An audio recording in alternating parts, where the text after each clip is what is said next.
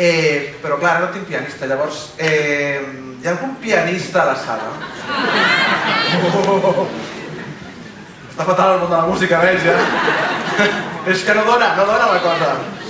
Però és un pianista experimentat, algú que sàpigui de primera mà de què va Flor de Nit.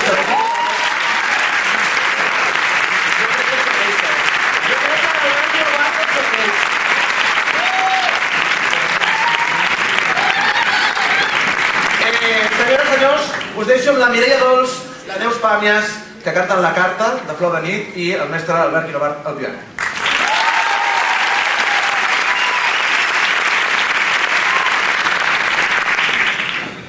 L'Albert Guinovart va escriure aquesta cançó el 1992.